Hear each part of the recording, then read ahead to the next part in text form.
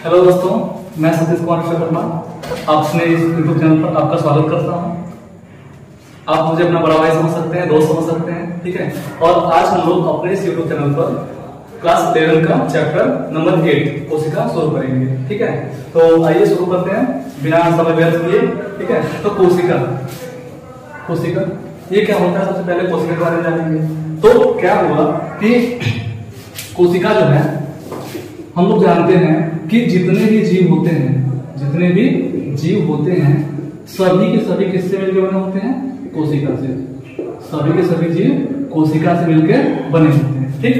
अब आता है कोशिका सबसे पहले देखा किसने होगा, सबसे पहले खोज किसने किया होगा इसका, ठीक है। इसके बारे में जानेंगे, ठीक। और एक चीज जानेंगे कि जो कोशिका है, ठीक है। अब ये जो कोशिका है इसके दो कैरेक्टर हैं, कौन कौन से? पहला कि जो कोशिका है उसका स्वतंत्र अस्तित्व यापन होता है, एनसीईआरटी बुक में लिखा है। किसमें? एनसीईआरटी बुक में स्वतंत्र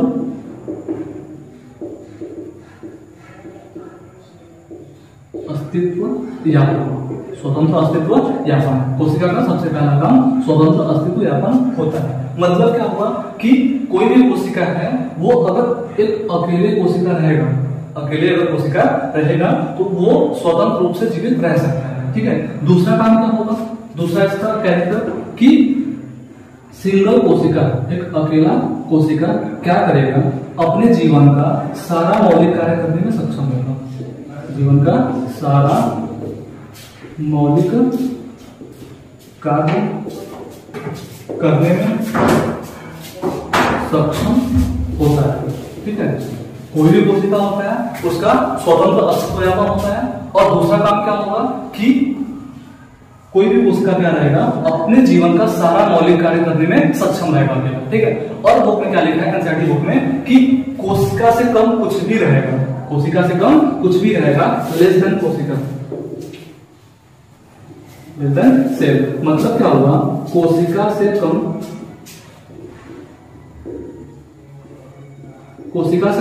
कुछ भी रहेगा, कोई भी संरचना रहेगी, कोई भी स्ट्रक्चर रहेगा, तो क्या होगा, उसका स्वतंत्र अस्तित्व यापन नहीं हो सकता। जैसे एग्जांपल माइटोकॉन्ड्रिया, क्या हो गया? माइटोकॉन्ड्रिया ये कोशिका के अंदर होता है, इसका संरचना क्या होगा, कोशिका से कम होता है।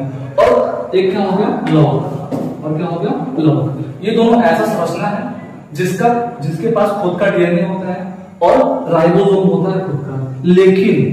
लेकिन क्या होगा कि इनका स्वतंत्र अस्तित्व यापन नहीं होता है, मतलब ये अकेले जीवित नहीं रह सकते। इनको जीवित रहने के लिए कहीं ना कहीं कोशिका के अंदर रहना आवश्यक है। लेकिन क्या हुआ कि अगर कोई कोशिका है पूरी तरह से कोई कोशिका है तो उसका स्वतंत्र अस्तित्व यापन हो सकता है। जैसे एग्जाम्पल क्या हुआ, एग्जाम्पल एक कोशिकीय जीव। एक कोशिकीय में क्या आ जाएगा, अमीबा आ जाएगा, बैक्टीरिया आ जाएगा, पैरामीशियम आ जाएगा, ठीक है, ये ईस्ट आ जाएगा। ये सारे क्या होंगे, एक कोशिकीय जीव होते हैं। इसमें क्या होता है कि एक सिंगल कोशिका अपने जीवन का सारा मौलिक कार्य करने के लिए सक्षम होता है, जैसे श्वसन, पाचन, पोषण और उत्सर्जन, जो भी हो, परिवहन वगैरह सब कुछ कार्य करने में क्या होगा, सक्षम होता है, ठीक है। इसलिए बोला गया है कोशिका का स्वतंत्र अस्तित्व यापन होता है। अब आगे आते हैं कि जो कोशिका है इसको देखा किसने सबसे पहले इसका खोज किसने किया था। तो जो कोशिका है,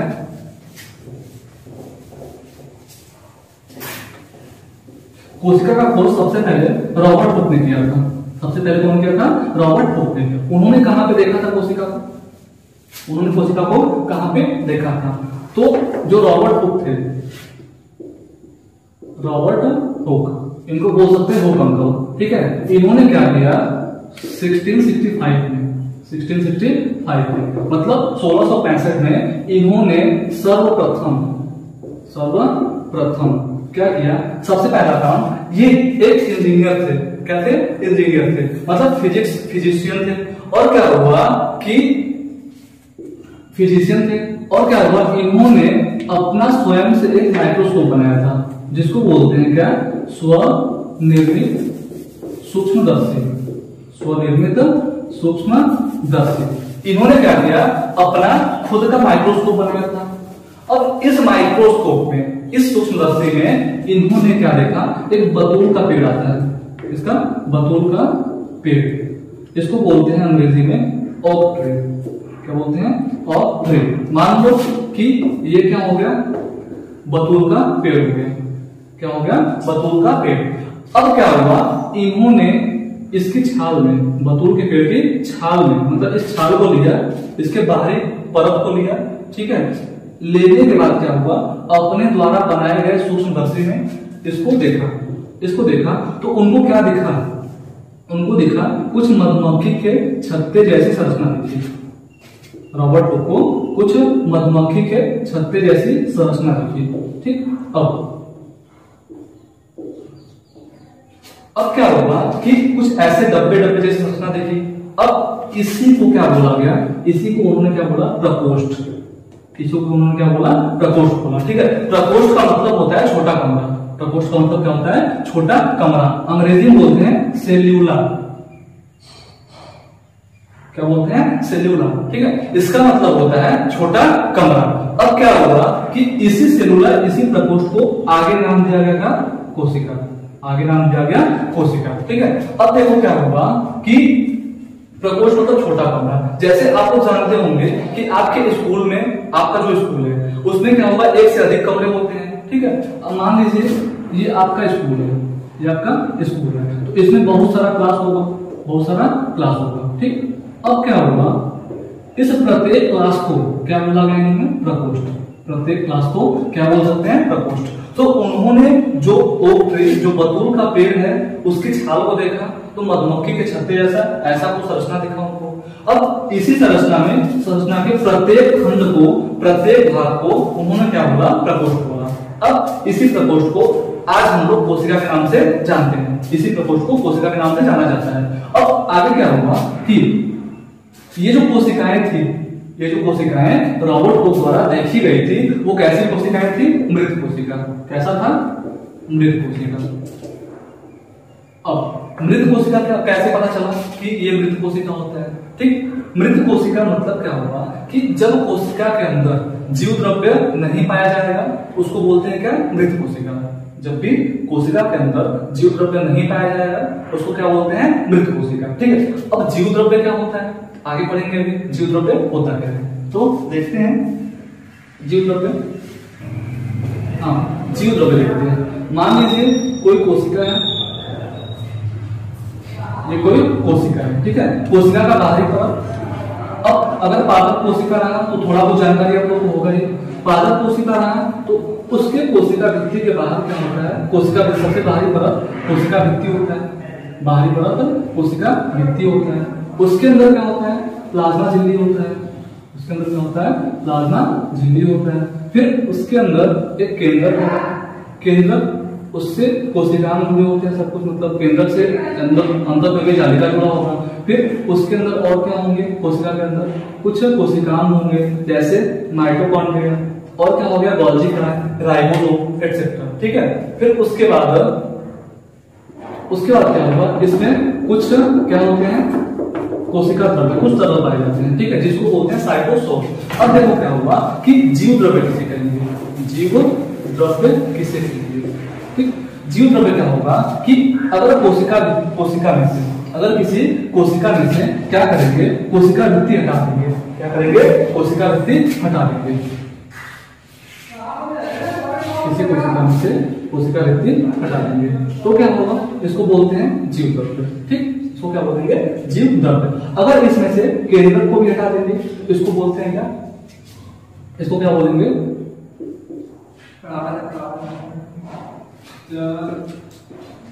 साइटोप्लाज्म, या फिर बोलेंगे कोशिका द्रव्य। क्या बोलते हैं, कोशिका द्रव्य, ठीक। अब इसके बाद आए थे कौन, रॉबर्ट हुक के बाद आए थे कौन, एंटोन वन लीवेनहॉक। कौन आए थे, एंटोन वन लीवेनहॉक। अभी जीव द्रव्य के बारे में और अच्छे से बात करेंगे अभी, ठीक है। अभी थोड़ा सा देख लेते हैं कोशिका का जो इतिहास है, कोशिका खोजा कैसे गया था, जीवित कोशिका, मृत कोशिका, पादप कोशिका, जंतु कोशिका, इन सब के बारे में भी देखेंगे थोड़ा सा। तो रॉबर्ट हुक पहले आए थे, रॉबर्ट हुक पहले आए थे 1665 में, 1665 में। इन्होंने क्या किया था, मृत कोशिका का खोज किया था। मृत कोशिका का खोज किया था। ठीक है, कहां पे किया था? बथूल के पेड़ की छाल में, बथूल के पेड़ की छाल में। ठीक है, अब उनके बाद आए कौन? एंटोन वान लीवेनहॉफ। कौन है? एंटोन वान लीवेनहॉफ। इन्होंने क्या किया? 1674 में इन्होंने क्या देखा था? तालाब के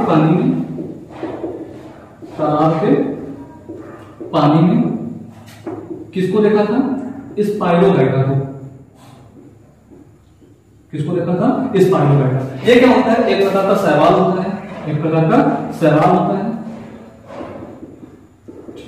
अब इन्होंने तालाब के पानी में, कौन? एंटोन वान लीवेनहॉफ, तालाब के पानी में इन्होंने क्या देखा था? स्पाइरोगाइटा को। ठीक है, ये कैसा था? एक जीवित कोशिका। कैसा था? जीवित कोशिका। जीवित कोशिका था। मतलब क्या हुआ? सबसे पहले मृत कोशिका का खोज कौन किया? रॉबर्ट कोख 1665 में। उसके बाद दूसरे कौन है? एंटोन वान लीवेनहॉफ, जिन्होंने तालाब के पानी में जीवित कोशिका को देखा था। किसको देखा था?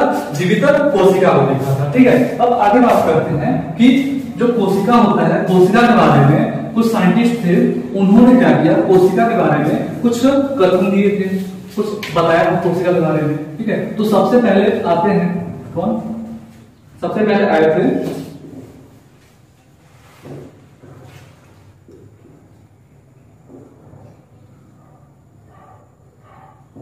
स्लाइडर। कौन आए थे? स्लाइडर। ठीक है, ये क्या थे? बोटेनिस्ट थे, मतलब वनस्पति वैज्ञानिक थे। क्या थे? वनस्पति वैज्ञानिक थे। इन्होंने क्या किया? इन्होंने सन 1838 में क्या किया था कि इन्होंने ये बोला था, मतलब ये वनस्पति वैज्ञानिक थे, तो वनस्पति वैज्ञानिक होने की वजह से इन्होंने ये क्या कर रहे थे? पादपों पे अध्ययन कर रहे थे। ठीक है, पेड़ पौधों के बारे में अध्ययन कर रहे थे। तो इन्होंने भी क्या देखा? जब पेड़ पौधों के बारे में अध्ययन करते हुए, पेड़ पौधों के बारे में अध्ययन कर रहे थे, तो पेड़ पौधों के बारे में अध्ययन करते हुए इन्होंने ये बताया कि सभी पादप किससे बने होते हैं? कोशिका से। सभी पादप किससे बने होते हैं? कोशिका से। कोशिका से बने होते हैं और कोशिका के उत्पाद से, कोशिका और उनके उत्पाद से बने होते हैं। सभी पादप कोशिका एवं उनके उत्पाद से बने होते हैं। दूसरा काम क्या होगा बताया था इन्होंने कि ये जो कोशिकाएं हैं पादप में, ये जो कोशिकाएं हैं वही क्या करते हैं? ऊतक का निर्माण करते हैं। किसका निर्माण करते हैं? ऊतक का निर्माण करते हैं। ठीक, अब 1838 में इन्होंने ये बता दिया। उसके बाद आए थे कौन? स्वान। उसके बाद क्या आए थे? स्वान। अब क्या हुआ? स्वान आए थे, उन्होंने क्या बताया? वो एक जंतु वैज्ञानिक थे या फिर बोल सकते हैं प्राणी वैज्ञानिक थे। कौन आए थे? स्वान। दूसरा स्वान, ये क्या थे? प्राणी वैज्ञानिक थे। ठीक है, इन्होंने क्या किया? एक साल बाद, जस्ट एक साल बाद इन्होंने 1839 में, कौन सा सन में? 1839 में इन्होंने क्या बताया? इन्होंने ये बताया कि सभी पादप एवं सभी जंतु किससे बने होते हैं? कोशिकाओं से बने होते हैं। जैसे क्या हुआ कि स्लाइडर ने बताया था कि सभी पादप कोशिकाओं से बने होते हैं, वैसे इन्होंने बताया था स्वान ने कि सभी पादप और सभी जंतु किससे बने होते हैं? कोशिकाओं से बने होते हैं। सभी पादप और सभी जंतु कोशिकाओं से बने होते हैं। ठीक है, कोशिकाओं एवं उनके उत्पाद। अब कोशिका मिलकर ऊतक बनाएगा, ऊतक मिलकर अंग बनाएगा, अंग मिलकर अंगतंत्र बनाएगा। ठीक है, इसी को बोल सकते हैं कोशिका उत्पाद। ठीक है, तो कोशिकाओं एवं उनके उत्पाद से बने होते हैं। सभी पादप एवं जंतु कोशिकाओं एवं उनके उत्पाद से बने होते हैं। फिर आगे चलते हैं कि इन्होंने एक चीज और बताया था। ये जो कौन थे? स्वान थे। इन्होंने एक चीज और बताया था, क्योंकि इन्होंने पादप और जंतु दोनों कोशिका के बारे में अध्ययन किया था, दोनों के बारे में अध्ययन किया था, तो इन्होंने क्या बताया कि जो जंतु है, क्या है, जंतु, उसका जो बाहरी परत है, बाहरी झिल्ली है, जंतु कोशिका के बाहर जो झिल्ली है वो क्या है, वो अर्धतरली है। कैसा है, अर्धतरली। उसको इन्होंने नाम दिया क्या, जीव द्रव्य झिल्ली। क्या नाम दिया, जीव द्रव्य झिल्ली। अभी बताए थे पहले कि जब कोई कोशिका होता है उसका कोशिका भित्ति हटा देंगे तो बचा क्या, प्लाज्मा झिल्ली, केंद्रक, साइटोसोल और क्या बचा, कुछ कोशिका बचे। ठीक है, तो अब क्या हुआ कि वही मिला जुला उसको बोलते हैं जीव द्रव्य। ठीक है, अब प्लाज्मा झिल्ली को ही क्या बोलते हैं, जीव द्रव्य झिल्ली। ठीक है, इसका एक और नाम हो सकता है, आजकल हम जानते हैं क्या, प्लाज्मा झिल्ली, प्लाज्मा झिल्ली, या फिर कोशिका झिल्ली भी बोल सकते हैं इसको, कोशिका झिल्ली भी बोल सकते हैं इसको। फिर दूसरा काम क्या हुआ कि इन्होंने ये तो बता दिया कि जो भी जंतु कोशिका है उसका बाहरी आवरण क्या है, जीव द्रव्य झिल्ली या फिर प्लाज्मा झिल्ली या फिर क्या हुआ, कोशिका झिल्ली। ठीक, अब ये कैसा होता है, जीव द्रव्य झिल्ली कैसा होता है, अर्धतरलीय होता है। कैसा होता है, अर्धतरलीय होता है। ठीक है, इसकी वजह से, अर्धतरलीय होने की वजह से इसका जो आकार होता है वो निश्चित नहीं होता है, इसका आकार जो होता है निश्चित नहीं होता है। फिर इन्होंने क्या बताया था, दूसरा कि जो पादप कोशिका है, क्या है, पादप कोशिका मतलब पेड़ पौधों में जो भी कोशिका पाई जा रही है, तो पादप कोशिका जो है उसका बाहरी आवरण क्या है, पादप कोशिका का बाहरी आवरण क्या है, कोशिका भित्ति। क्या है, कोशिका भित्ति। अब देखो कोशिका भित्ति क्या होता है, एक मजबूत आवरण होता है। कोशिका भित्ति एक मजबूत आवरण होता है जिसकी वजह से ये कैसा होगा, कठोर होगा और क्या होगा, मजबूत होगा, कठोर और मजबूत। जिसकी वजह से क्या होता है कि जो पादप कोशिका है उसका एक निश्चित आकार होता है। ठीक है, वो क्या करता है, कोशिका भित्ति पादप कोशिका को एक निश्चित आकार प्रदान करता है, निश्चित आकार देता है। ठीक है, अब क्या हुआ कि जो कोशिका भित्ति है, स्वान ने बताया था कि जो कोशिका भित्ति है वो क्या है, पादप कोशिका की विशेषता है, पादप कोशिका की विशेषता है। ठीक, अब स्लाइडन और स्वान दोनों ने अपना कथन दे दिया अपने अध्ययन के हिसाब से। अब क्या होगा कि इन दोनों के कथनों को मिला के एक मतलब दे दिया गया कोशिका सिद्धांत। इन दोनों के कथनों को मिला के दिया गया क्या, कोशिका सिद्धांत। तो बात करते हैं कोशिका सिद्धांत के बारे में। किसके बारे में, कोशिका सिद्धांत के बारे में।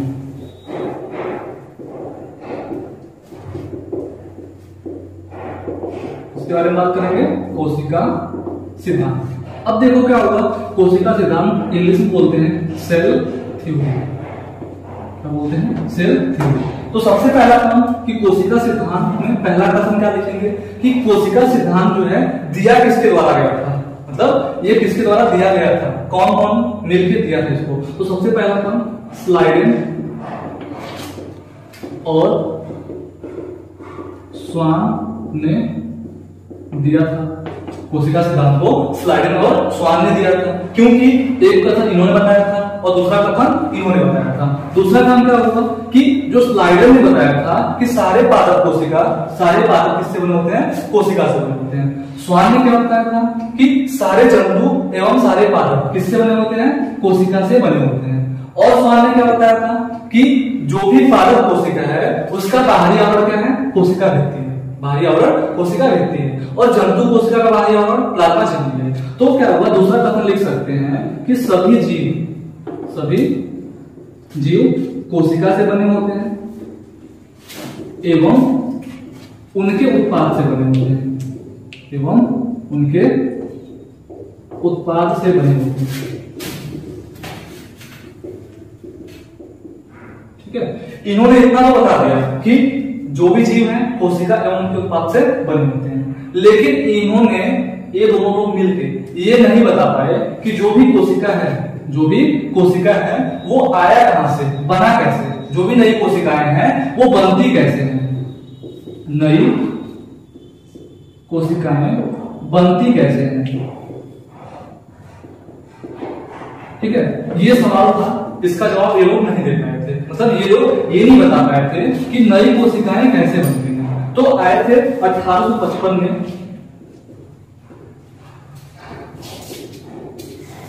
Rudolf Virchow. कौन से सन में? 1855 में। जब ये आए थे तो इन्होंने बताया, जो ये लोग नहीं बता पाए थे वो कौन बताया? रुडोल्फ विर्चो 1855 में। क्या बताया इन्होंने कि जो भी कोशिकाएं हैं वो क्या करती हैं? विभाजन करती हैं। कोशिकाएं विभाजन करती हैं। अब क्या होगा कि कोशिकाएं जब विभाजन करेंगी तो विभाजन करके नई कोशिकाओं का निर्माण करेंगे। मतलब क्या होगा, जो भी कोशिकाएं हैं, मान लीजिए एक कोशिका है, एक कोई कोशिका है, ठीक है। अब ये कोशिका क्या होगा, आगे विभाजन करेगी, कोशिका विभाजन करेगी। इसके बाद मतलब 11 चैप्टर करते हैं कोशिका विभाजन और कोशिका चक्र करके, उसमें पढ़ेंगे कैसे कैसे विभाजन करती है, ठीक है। तो ये जो कोशिकाएं हैं, कोशिका है, वो क्या करेगी? विभाजन करेगी।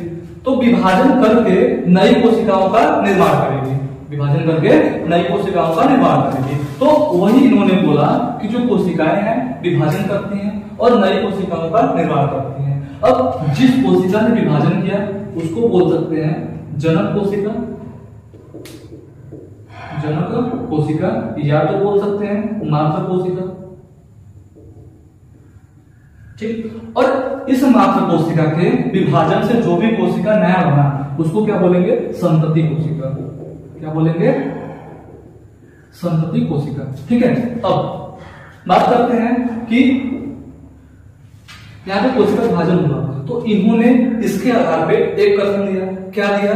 कि जो भी नई कोशिकाएं बनती हैं, जो भी नई कोशिकाएं बनती हैं वो अपनी पूर्ववर्ती कोशिकाओं के विभाजन से बनती हैं।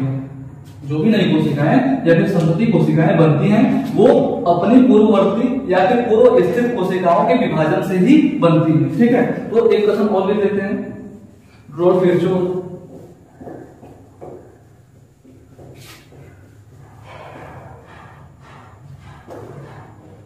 तो इनका कथन, इन दोनों का और रुडोल्फ विर्चो का कथन मिला के 3 कथन बना था और उसी को बोल दिया गया क्या? आधुनिक कोशिका सिद्धांत। आधुनिक कोशिका सिद्धांत, ठीक है। आधुनिक कोशिका सिद्धांत। तो आधुनिक कोशिका सिद्धांत में 3 कथन आ जाएगा। पहला क्या होगा कि सभी जीव किससे बने हैं? कोशिका एवं उनके उत्पाद से बने हैं। सभी जीव कोशिका एवं उनके उत्पाद से बने हैं। दूसरा कथन क्या होगा कि जो भी नई कोशिकाएं बनती हैं वो क्या होती हैं? अपनी पूर्ववर्ती कोशिका के विभाजन से बनती है। मतलब क्या होगा कि जो भी नई कोशिकाएं अपनी पूर्ववर्ती कोशिकाओं के विभाजन से ही बनेंगी, ठीक है। अब तीसरा कथन बुक में तो नहीं दिया है लेकिन हम लोग कथन बता सकते हैं। क्या बता सकते हैं? कि जो भी कोशिका है वो जीवन का मौलिक इकाई है। जो भी कोशिका है जीवन का मौलिक इकाई है।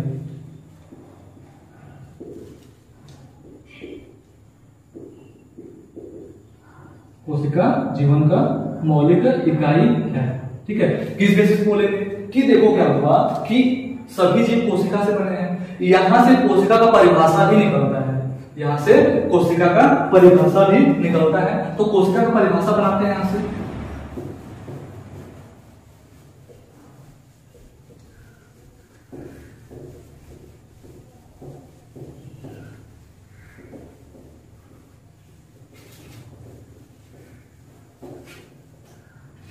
बात करते हैं कोशिका सिद्धांत में क्या मिला था कि जो भी जीव है कोशिका से बना है, ठीक है। मतलब क्या हुआ, अगर कोई जीव है तो उसमें कोशिका होगा ही होगा।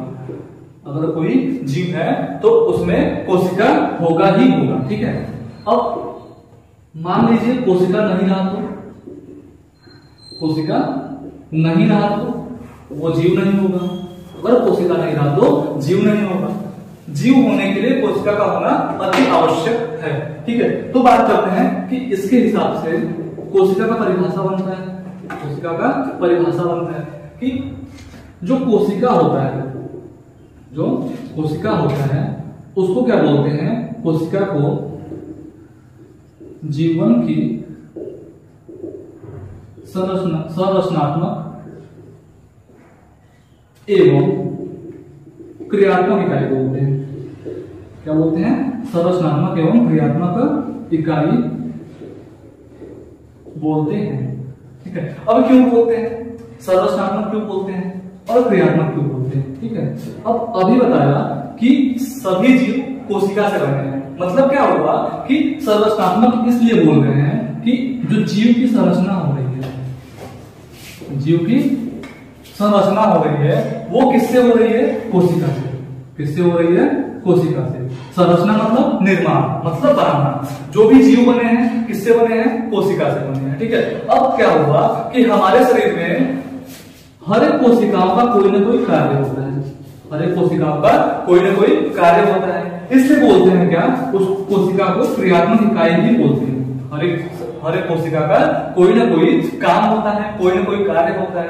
जैसे एक कोशिका रहेगा तो एक ही कोशिका सारा काम करेगा। ठीक है, अब एक ही कोशिका से जीव बना होगा तो संरचनात्मक एवं क्रियात्मक। ठीक, अगर बहुकोशिकीय जीव रहा तो उसमें क्या होगा? कोशिकाएं, बहुत सारी कोशिकाएं मिलकर जीव बनाएंगी। ठीक है, लेकिन क्या हुआ कि कोशिकाएं जो होंगी, अलग अलग कोशिकाएं विभाजन करके, अलग अलग कोशिकाएं ग्रुप बना के, समूह बना के कार्य का विभाजन करेंगी। मतलब कुछ ना कुछ काम करेंगी, इसलिए बोला गया क्या कि कार्य भी करती है, इसीलिए क्रियात्मक इकाई भी बोला गया है। ठीक है, अब बात करते हैं उसके बाद।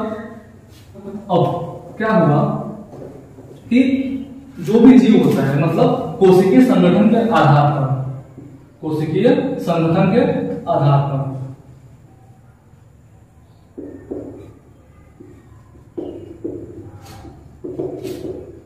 संगठन के आधार पर जो जीव होते हैं उनको दो भागों में बांट सकते हैं। उनको दो भागों में बांट सकते हैं। ठीक है, अब जीव को दो भागों में बांट सकते हैं। पहला क्या होगा? एक कोशिकीय जीव। दूसरा क्या होगा? बहुकोशिकीय जीव। एक कोशिकीय जीव, दूसरा क्या होगा? बहुकोशिकीय जीव। ठीक है, अब क्या होगा? देखो, एक कोशिकीय जीव जो होगा, बताएं कि इसमें सिर्फ एक ही कोशिका होता है, सिर्फ एक ही कोशिका होता है। अब वही कोशिका क्या करेगा? अपने जीवन का सारा कार्य, सारा मौलिक कार्य करने में क्या होता है? सक्षम होता है। मतलब जैसे क्या होगा? श्वसन, पाचन, उत्सर्जन, जो भी काम रहेगा वो एक ही कोशिका द्वारा संपन्न हो सकता है। लेकिन बहुकोशिकीय जीव में क्या होता है कि एक से अधिक कोशिका होता है, एक से अधिक कोशिका होता है। ठीक है, तो क्या हुआ? इनमें काम का विभाजन होता है। क्या होता है? काम का विभाजन। मतलब कोशिकाएं ग्रुप बनाती हैं, ग्रुप बना के कुछ ग्रुप कोई और काम करेंगे, कुछ ग्रुप कोई और काम करेंगे, कुछ ग्रुप क्या करेंगे? कोई और काम करेंगे। ऐसे होता है। ठीक है, फिर उसके बाद क्या हुआ कि इसमें और अंदर समझ लेंगे। पहले एग्जांपल दे देते हैं इसका। बैक्टीरिया, अमीबा, ठीक है, पीटीसी मान लेते हैं, पैरामीशियम होता है, ईस्ट होता है। इसका मानेंगे एग्जांपल क्या होता है? मनुष्य, मनुष्य रूपी जानवर बोल सकते हैं इसको। ठीक है, और क्या होगा? जीव जंतु भी आ जाएंगे, जीव जंतु। फिर उसके बाद आते हैं कीट वगैरह हो गए, कीड़े वगैरह। ठीक है, और पादप वगैरह हो गए, पीटीसी मान लो। ठीक, अब क्या होगा कि एक कोशिका से बने हैं, ये एक से अधिक कोशिका से बने हैं, तो क्या होगा कि इनका जो संरचना होगा वो सरल होगा, और इनका जो संरचना होगा वो कैसा होगा? जटिल होगा। इनका संरचना क्या होगा? सरल होगा, इनका क्या होगा? जटिल होगा। दूसरा काम क्या हो सकता है कि जो जीवन काल है, जीवन काल, वो इनका कम होगा और इनका क्या होगा? ज्यादा होगा। कैसे कि समझो इसमें सिर्फ एक ही कोशिका है, अगर उसको चोट लग गया, उसको कोई हानि हुई तो कोशिका की मृत्यु हो जाएगी। लेकिन क्या हुआ? इसमें बहुत सारे कोशिका है, इसमें क्या है? बहुत सारे कोशिका है। तो क्या हुआ कि अगर इसमें कुछ कोशिकाएं मृत भी हो जाएंगी तो क्या हो सकता है? मृत होने के बाद भी जो जीव है वो जीवित रह सकता है, उसमें नई कोशिकाएं बन जाएंगी। लेकिन इसमें अगर मृत हो गया तो पूरे के पूरे जीव की मृत्यु हो जाएगी, पूरे के पूरे जीव की मृत्यु हो जाएगी। ठीक है, तो अब एक चीज देखते हैं कि किसी भी कोशिका को कोशिका होने के लिए क्या क्या आवश्यक है। किसी भी कोशिका को कोशिका होने के लिए क्या क्या आवश्यक है।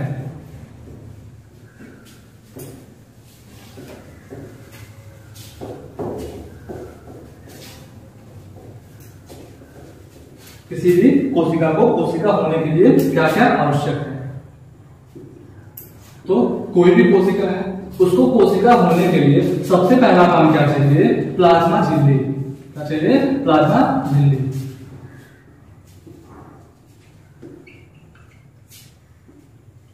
क्या चाहिए? प्लाज्मा झिल्ली। दूसरा क्या चाहिए? उसको चाहिए अनुवांशिक पदार्थ, जिसको बोलते हैं क्या? डीएनए। तीसरा क्या चाहिए? साइटोस्कोप।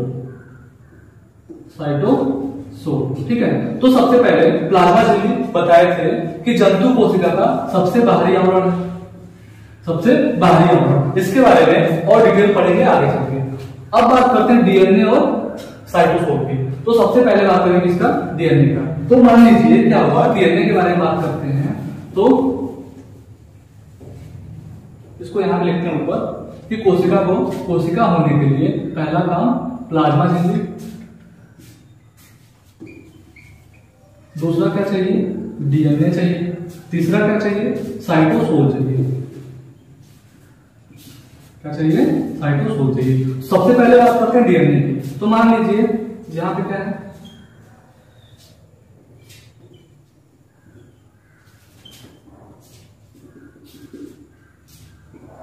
ये कौन है? रामलाल। कौन है? रामलाल। ये कौन है? मोटी पिंकी। कौन है? मोटी पिंकी। ठीक। अब क्या होगा,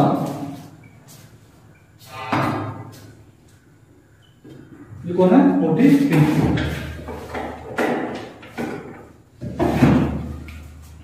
अब मान लीजिए इससे क्या बना? युग्मक। इससे क्या बना? युग्मक। इससे भी क्या बनेगा? युग्मक। ठीक है। इससे नर युग्मक, इससे कौन सा? मादा युग्मक। अब ये जो युग्मक है, ये जो युग्मक है, ठीक है, अब कैसे बने इसको आगे पढ़ना है क्लास 12 में। तो ये जो युग्मक है वो मिलेंगे, निषेचन करेंगे और क्या बनाएंगे? युग्मनज बनाएंगे। क्या बनाएंगे? युग्मनज बनाएंगे। अब ये जो युग्मनज है, मान लीजिए कि ये युग्मक है, ये भी कोशिका है, और ये युग्मक ये भी कोशिका है। मतलब क्या होगा? इसमें भी डीएनए रहेगा और क्या होगा? इसमें भी डीएनए रहेगा। अब जो युग्मनज है इन दोनों के मिलने से बनता है, तो इसका डीएनए इसका डीएनए भी मिलेगा। तो क्या होगा? इसको ऊपर देखते हैं कि जो युग्मनज बना है, युग्मनज बना है, इसके अंदर क्या होता है? डीएनए होता है। अब क्या होगा कि जो डीएनए है वो क्या बनाएगा? आरएनए बनाएगा। अब इस आरएनए से क्या बनेगा? प्रोटीन बनेगा। इस आरएनए से प्रोटीन बनेगा। ठीक है। जो डीएनए है वो कोशिका में होना आवश्यक है। अब क्या होगा कि प्रोटीन बनेगा। अब डीएनए आरएनए भी यहां पे बोल सकते हैं, लेकिन क्या होगा? इसी को बोलेंगे क्या? अनुवांशिक पदार्थ। अनुवांशिक पदार्थ। ठीक है। अब क्या होगा कि अनुवांशिक पदार्थ के रूप में किसी कोशिका के अंदर या तो डीएनए हो सकता है या तो आरएनए हो सकता है। लेकिन क्या होगा कि दोनों कभी एक साथ अनुवांशिक पदार्थ के रूप में नहीं हो सकते। बुक में क्या लिखा है कि डीएनए और आरएनए एक साथ नहीं हो सकते, लेकिन यहां पे होना चाहिए कि अनुवांशिक पदार्थ के रूप में नहीं हो सकते। ठीक है। आगे बात करते हैं कि इस डीएनए से आरएनए बनेगा, फिर आरएनए से क्या बनेगा? प्रोटीन। अब यही प्रोटीन आगे क्या बनाएगा? एक नया जीव बनाएगा, जिसको क्या बोलेंगे? रामलाल बोलेंगे। रामलाल नहीं बोलेंगे, वो हो गया, इसको बोलेंगे क्या? कलुआ। ठीक है। नया जीव बना क्या? कलुआ। ठीक। अब नया जीव बन गया। दूसरा बात करते हैं साइटोसोल के बारे में। इसके बारे में, साइटोसोल के बारे में। तो देखते हैं साइटोसोल क्या होता है।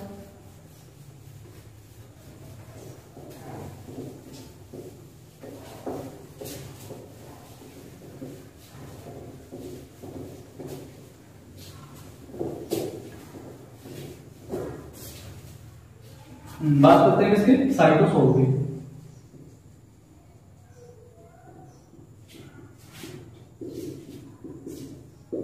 साइटोसोल। अब ये साइटोसोल क्या होता है? मान लीजिए कि गुलाब जामुन की दुकान पे गए तो, ठीक है, वहां पे क्या हुआ? कढ़ाई में क्या रखा है? सीरा है, जिसको बोलते हैं क्या? चाशनी। और उसमें क्या है? ढेर सारा गुलाब जामुन रखा है। क्या रखा है? ढेर सारा गुलाब जामुन रखा है। ठीक है। अब ये जो चाशनी है, क्या है? चाशनी, इसको बोलते हैं क्या? मान लीजिए चाशनी है और क्या है ये रसगुल्ला, क्या है रसगुल्ला। अब अगर कोई इसमें से क्या किया, सारा रसगुल्ला खा गया, रसगुल्ला खा गया, तो बचा क्या, बचा सिर्फ क्या चाशनी, क्या बचा चाशनी। अब इसी चाशनी को बोलते हैं क्या साइटोसोल। वैसे क्या होता है, कोई भी कोशिका है, कोशिका के अंदर क्या होता है, कुछ द्रव्य होता है जिसको बोलते हैं साइटोसोल। जैसे ये द्रव्य है चाशनी, उसको बोलेंगे साइटोसोल कोशिका में। और क्या होगा कि अब ये गुलाब जामुन जो रसगुल्ला है, इसी को समझ लो क्या कोशिका, क्या समझ लो कोशिका। अब कोशिका क्या होता है इसके बारे में जानेंगे, ठीक है, लेकिन सबसे पहले चाशनी समझ में। अब इस चाशनी में से मतलब जो भी कोशिका द्रव्य होता है, उस कोशिका द्रव्य में से क्या करेंगे, सारा कोशिका निकाल लेंगे, तो बचेगा खाली द्रव या फिर तरल बचेगा। उस तरल को क्या बोलते हैं साइटोसोल, ठीक है। अब कोशिका क्या होता है इसके बारे में कल पढ़ेंगे, ठीक है। अभी तब तक के लिए टाटा बाय बाय।